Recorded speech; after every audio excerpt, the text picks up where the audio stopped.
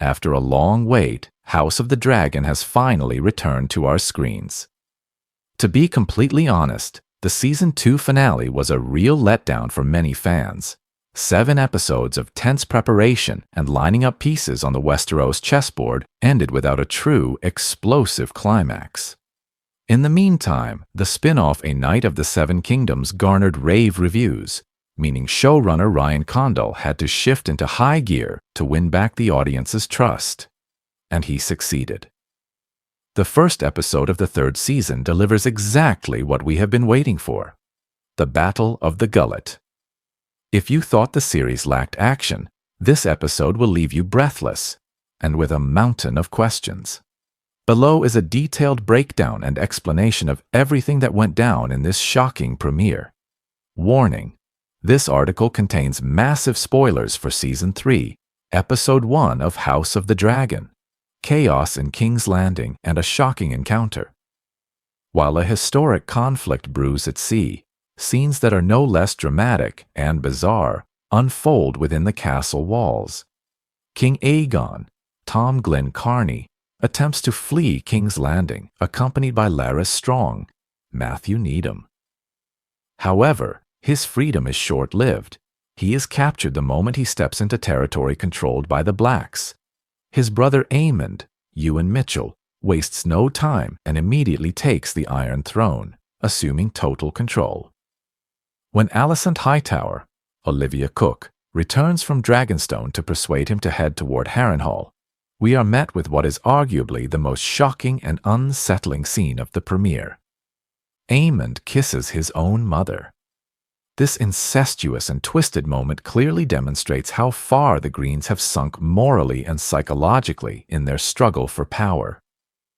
Family conflict on Dragonstone. On the Black side, the situation is equally tense.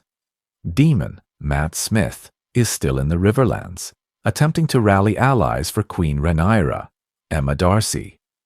Rhaenyra herself is at Dragonstone, ready for battle in her riding leathers. However, her son Jacaerys, Harry Collett, prevents her from leaving. Driven by deep mistrust toward Alicent, Jace is convinced that going to the capital is a trap. In a desperate and defiant move, Jace locks his mother in her quarters and decides to take matters into his own hands. He mounts his dragon Vermax and heads out to aid Lord Corlys's fleet. Baela, Bethany Antonia, reluctantly follows him on her dragon, Moondancer. The Battle of the Gullet, blood, dragons, and catastrophic decisions. The Battle of the Gullet delivers an epic and brutal naval conflict.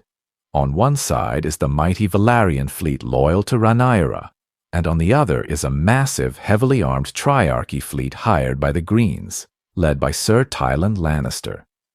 We see Lord Corlys Velaryon, Steve Toussaint, better known as the Sea Snake, in his absolute prime. However, the rival Admiral Lohar, Abigail Thorne, has a personal agenda that involves plundering Corlys's castle, High Tide.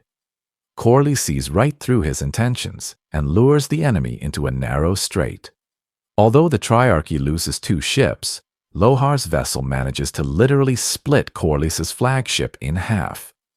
Both sides suffer horrific losses, and then dragons arrive in the sky, and everything goes terribly wrong. A feral dragon and the tragic death of Jacaerys.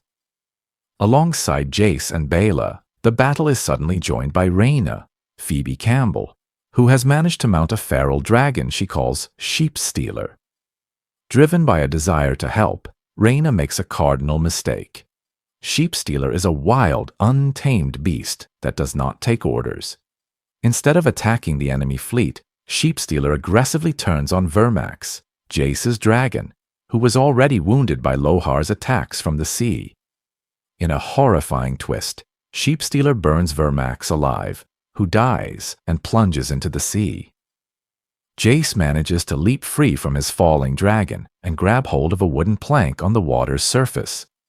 But in one of the most heartbreaking scenes in the show's history, enemy archers spot him and rain down a barrage of arrows. Jace is killed instantly, drastically increasing the death toll of this senseless and bloody battle. Is Lord Corlys dead? The fate of the sea snake remains shrouded in mystery. Amidst the chaos on the ship, Admiral Lohar boards Corlys' vessel to face him in personal combat. Their duel ends with Corlys being thrown overboard into the sea. His bastard son, Alan, Abubakar Salim, witnesses this and, consumed by rage, attacks Lohar. Following a brutal underwater struggle, Alan manages to kill the Triarchy Admiral. Given that Corlys was wearing heavy armor, the chances of him drowning are extremely high. However, since the golden rule of the Game of Thrones universe is no body, no death, the showrunners are likely saving his ultimate fate for future episodes. If he is alive, he is certainly in bad shape. The mystery at Harrenhal. Who is the Antlered Man? While a historic naval battle rages in the south, the situation at the haunted castle of Harrenhal in the north turns mystical and eerie. By Rhaenyra's orders, the dragon seeds are stationed there. Adam of Hull, Clinton Liberty, Ulf the White, Tom Bennett, and Hugh Hammer, Kieran Bew. While they wait for further instructions, Alice Rivers, Gail Rankin, appears, the witch who tormented Demon with visions last season. At that exact moment, while Hugh Hammer is relieving himself near some rocks, a mysterious man with stag antlers on his head appears in the background for a split second. Who are the Green Men? For those less familiar with George R.R. Martin's lore, this man belongs to an ancient order known as the Green Men. They are the guardians of the Isle of Faces, and their order was founded 10,000 years ago when the first men forged a peace treaty with the Children of the Forest. Under this pact, the first men gained control of Westeros, while the Children of the Forest kept the woods. This isn't the first time we've seen them. Demon also saw one in his vision during the Season 2 finale. Since these characters are only briefly mentioned in the book Fire and Blood, it will be fascinating to see how the series integrates them into the narrative and what role they play in the fate of Harrenhal and the Dance of the Dragons. Conclusion. The Season 3 premiere has raised the stakes incredibly high. We have lost Jacaerys. Lord Corlys Velarion's fate hangs in the balance. Rhaenyra is heartbroken and confined by her own son, and complete moral chaos reigns within the Green Camp. One thing is certain, the war has become significantly bloodier, and the lines between ally and enemy have dangerously blurred.